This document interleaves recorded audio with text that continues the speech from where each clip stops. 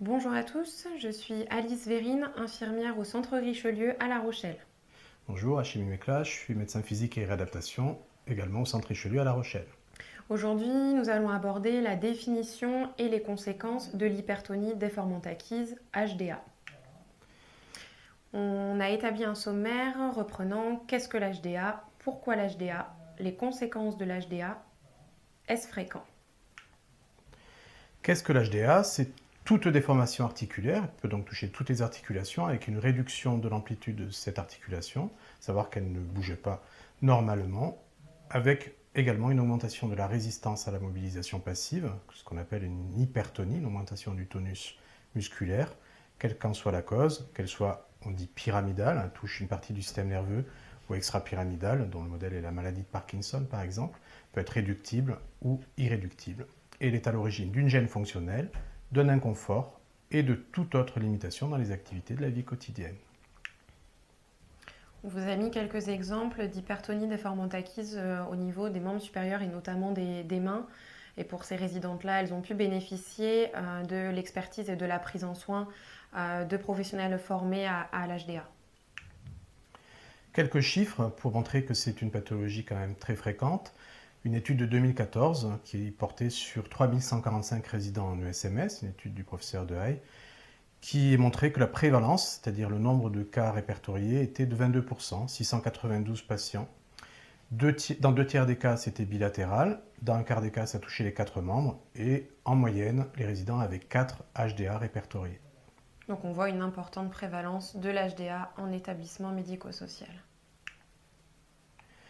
Pourquoi l'hypertonie déformante acquise? On considère qu'il y a 4 composantes. Une rétraction qui touche les tendons, l'articulation, les muscles et qui peut donc justifier des gestes pour allonger un petit peu cette rétraction. Une composante hypertonique dont on a déjà parlé, qui peut être réductible ou irréductible, pyramidale, extrapyramidale. Une composante environnementale, c'est le fait de faire à la place d'eux et que le résident sous-utilise ses capacités fonctionnelles et ses capacités motrices. Et une composante comportementale liée à l'opposition, à l'agitation, à l'agressivité parfois, ou à ce qu'on appelle le glissement, à savoir moins d'exploitation de ses ressources. Les conséquences de l'HDA sont multiples et elles sont pour le résident, pour les soignants, mais également pour la société. Pour le résident, l'HDA engendre des douleurs, des macérations, des plaies, des escarres, des difficultés pour la réalisation de la toilette, de l'habillage, des difficultés d'installation au lit ou au fauteuil, des difficultés également de chaussage, mais également des troubles de comportement comme on l'a vu juste avant. Pour les soignants, la lourdeur des soins, la souffrance des soignants, qu'elle soit physique et psychologique, des troubles musculo-squelettiques qu'on reverra dans une prochaine capsule et également des difficultés de mobilisation, notamment dans les transferts ou les retournements.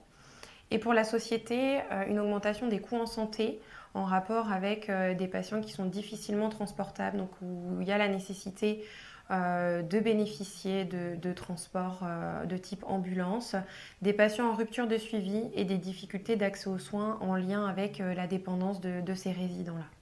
Et c'est là toute la justification de l'unité autonome, d'aller vers, donc de faciliter les soins directement sur le lieu de vie du résident, en évitant les transports et en lui permettant d'accéder à des soins techniques spécialisés et à une expertise.